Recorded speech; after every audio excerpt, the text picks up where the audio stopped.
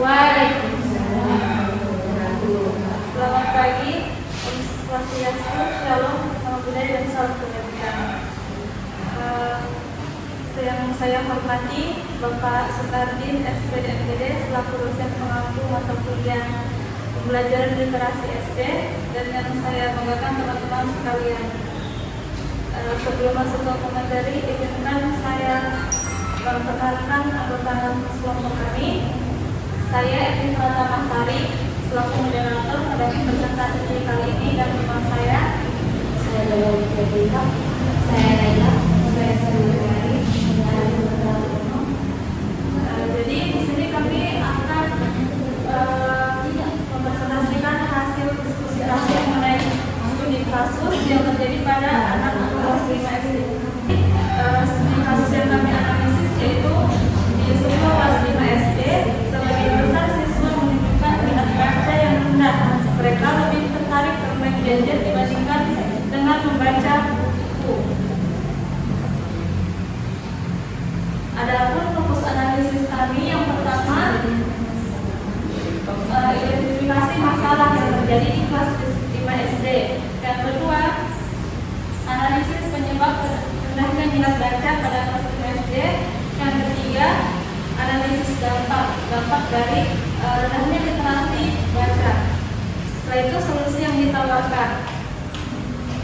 Jadi masalah yang kita analisis itu adalah rendahnya minat baca pada siswa kelas 5 SD. Siswa lebih cenderung memilih menggunakan gadget untuk bermain dibandingkan membaca buku, karena siswa merasa lebih asik bermain gadget dibandingkan membaca buku yang bersifat statis atau membosankan. Nah, ini juga mempengaruhi literasi baca siswa dan mempengaruhi kemampuan literasi dasar seperti membaca, memahami bacaan. Selanjutnya, jenis literasi yang kami analisis itu ada dua, yaitu literasi baca tulis dan literasi digital. Di sini terlihat ada ketimpangan antara kedua literasi ini, di mana literasi digital lebih mendominasi siswa. Dan kondisi ini menunjukkan bahwa penggunaan teknologi belum diarahkan, seperti ada siswa yang menggunakan gadget, mereka itu belum bisa mengelola informasi mana yang betul dan mana yang salah atau berita hoax. Makanya di sini literasi digital itu sangat diperlukan pendampingan dari orang dewasa, orang tua atau guru. Nah, selanjutnya ada faktor internal yang mempengaruhi minat baca siswa. Apa yang dijelaskan? Ayo Imelda.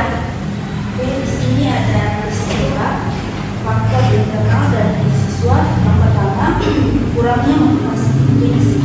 Salah satu penyebab utama rendahnya minat baca berasal dari diri siswa, yaitu kurangnya motivasi intrinsik untuk menggunakan diri sendiri untuk membaca. Yang kedua, kebiasaan mencari kepuasan instan. Penggunaan gadget yang terlalu sering dapat membentuk kebiasaan siswa untuk memperoleh hiburan dan kepuasan secara cepat. Kemudian yang ketiga, rendahnya efikasi diri. Efikasi diri adalah keyakinan seseorang terhadap kemampuan dirinya untuk menyelesaikan suatu tugas. Kemudian yang keempat, kurangnya rasa ingin tahu. Rasa ingin tahu adalah dorongan alami untuk mengetahui sesuatu yang baru, mencari jawaban, dan memahami dunia sekitar. Yang kelima adalah kemampuan membaca dengan baik. Kemampuan membaca yang kurang baik juga penyebab rendahnya minat baca. Kemampuan membaca bukan hanya menarik huruf, tetapi juga memiliki perencanaan membaca, memahami isi teks, menemukan batasan utama, dan menarik kesimpulan. Baik, selanjutnya pembahasan mengenai faktor eksternal akan dijelaskan oleh Nila.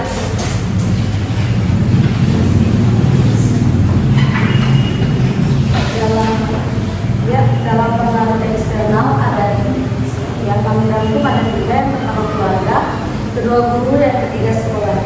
Dan dalam faktor keluarga itu orang tua biasanya hanya memberikan HP pada anak-anak karena dianggap lebih instan untuk bisa anak-anak diam di satu tempat. Lalu yang kedua, kurangnya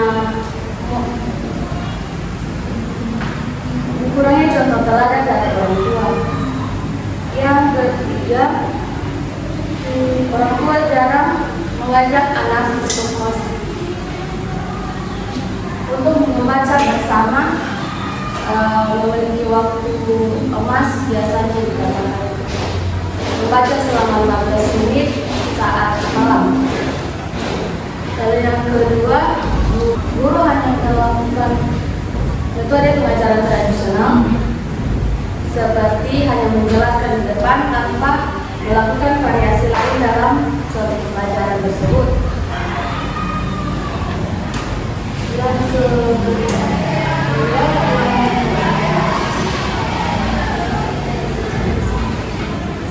siswa juga membutuhkan apresiasi agar percaya diri dalam kelas. Guru biasanya jika siswa salah menjawab sedikit, guru langsung mengatakan, "Oh, kamu bodoh." Ternyata tidak, hanya saja siswa kadang kurang memahami apa yang sedang dia baca. Lalu yang ke sekolah, kurikulum sekolah biasanya monoton, hanya baca tulis dan menghafal. Juga jadwal belajar yang padat, tanpa waktu khusus untuk membaca bebas atau independen. Selanjutnya, pembahasan analisis dampak dari kurangnya minat belajar dan baca siswa yang dijelaskan oleh Laila. Baik, analisis dampak ada dua. Yang pertama yaitu dampak pada pembelajaran. Siswa sulit memahami materi karena siswa hanya memahami materi secara sebagian atau bahkan tidak memahami inti pelajaran. Yang kedua, nilai akademik menurun. Biasanya penyebab nilai akademik menurun, siswa jarang membaca, biasanya memiliki pengetahuan lebih sedikit, kurang memahami materi, dan kesulitan mengerjakan tugas. Yang ketiga, sulit menjawab soal cerita atau soal berbasis bacaan. Kebanyakan soal di sekolah disajikan dalam bentuk bacaan, cerita atau paragraf yang harus dipahami terlebih dahulu, sehingga jika kemampuan membaca siswa rendah, mereka akan kesulitan menangkap maksud soal tersebut. Yang keempat, kurang aktif saat diskusi karena wawasan terbatas. Akibatnya siswa jarang bertanya, sulit menyampaikan pendapat, kurang mampu memberi tanggapan, dan menjadi pasif saat kerja kelompok. Adapun dampak terhadap perkembangan siswa. Yang pertama, kosakata terbatas. Jika siswa jarang membaca, jumlah kata yang mereka kuasai menjadi terbatas. Akibatnya siswa mengalami kesulitan dalam memahami pelajaran, menyusun kalimat, dan menulis karangan. Yang kedua, daya pikir kritis kurang berkembang. Akibatnya siswa cenderung sulit memecahkan masalah, kurang mampu bertanya secara mendalam, kesulitan menyimpulkan suatu peristiwa. Yang ketiga, imajinasi dan kreativitas menurun. Akibatnya siswa tidak dapat membuat ide-ide baru, kurang kreatif dalam membuat karya, sulit menulis cerita atau menggambar berdasarkan imajinasi yang ada di pikirannya. Sekian dari saya. Selanjutnya pembahasan mengenai solusi yang ditawarkan untuk mengatasi permasalahan tersebut akan dijelaskan oleh Ibu dari. Baik, terima kasih moderator. Saya akan menjelaskan solusi yang ditawarkan. Ada juga yang pertama itu strategi pembelajaran yang tepat. Nah, ada 4 poin. Yang pertama itu program membaca 15 menit sebelum pembelajaran. Nah, di mana Kegiatan membaca ini sebelum pembelajaran dimulai untuk membentuk kebiasaan literasi atau membaca siswa.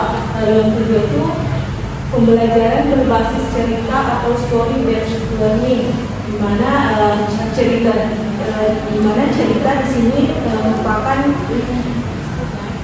media utama agar siswa mudah memahami materi yang disampaikan oleh guru. Lalu reading challenge atau tantangan membaca, di sini strategi memberi tantangan membaca dengan target tertentu agar siswa lebih menantang. Dan yang keempat ada diskusi dan presentasi buku. Nah, di sini siswa berdiskusi dan mempresentasikan isi buku untuk melatih pemahaman berbicara dan percaya diri mereka. Lalu ada media yang digunakan yaitu buku cerita bergambar, komik edukasi, pojok baca kelas, media digital edukatif gadget, dan video cerita sebagai pengantar. Lalu ada peran guru dalam mengatasi. Yang pertama itu menjadi teladan gemar membaca. Guru menunjukkan kebiasaan membaca agar siswa termotivasi untuk menunggu. Lalu yang kedua, menciptakan suasana kelas yang interaksi. Di sini guru membuat lingkungan kelas yang mendukung kegiatan membaca dan menulis. Contohnya itu guru membuat buku bacaan, menempel poster, dan kata-kata motivasi di kelas. Lalu yang ketiga, membuat bacaan sesuai minat sesuai. Di sini guru menyediakan buku bacaan yang menarik agar siswa lebih tertarik untuk membaca. Lalu yang keempat, memberikan motivasi dan apresiasi. Di sini guru memberikan dukungan dan ujian agar siswa merasa lebih dihargai dan percaya diri. Lalu yang kelima, bimbingan siswa yang kesulitan membaca. Di sini guru membantu siswa yang belum lancar membaca dengan bimbingan khusus dan latihan bertahap. Jadi itu saja yang saya sampaikan. Saya kembalikan kepada moderator. Selanjutnya kami membuka sesi tanya jawab. Untuk audiens yang ingin bertanya, boleh berkomentar di kolom YouTube atau di grup kelas. Selanjutnya kami akan menyampaikan kesimpulan dari studi kasus yang kami analisis, yaitu rendahnya minat baca siswa kelas 5 SD dipicu oleh dominasi hiburan digital dan kurangnya motivasi internal atau motivasi dari dalam diri serta pengaruh dari eksternal, dukungan eksternal. Dampaknya meliputi penurunan prestasi dan keterbatasan kosakata. Solusi efektifnya itu melibatkan kolaborasi antara guru dan orang tua melalui pembiasaan membaca rutin, penyediaan fasilitas literasi yang memadai, dan penerapan metode pembelajaran yang efektif dan kreatif, serta mengombinasikan teknologi. Dapat dialihkan teknologi untuk menjadi sarana edukasi agar siswa termotivasi untuk membaca, sehingga motivasi membaca siswa itu meningkat, tidak rendah. Baiklah, itu saja presentasi dari kelompok kami. Kurang dari lebihnya mohon dimaafkan. Saya akhiri. Wabillahi taufiq wal hidayah. Wassalamualaikum warahmatullahi wabarakatuh dan selamat pagi.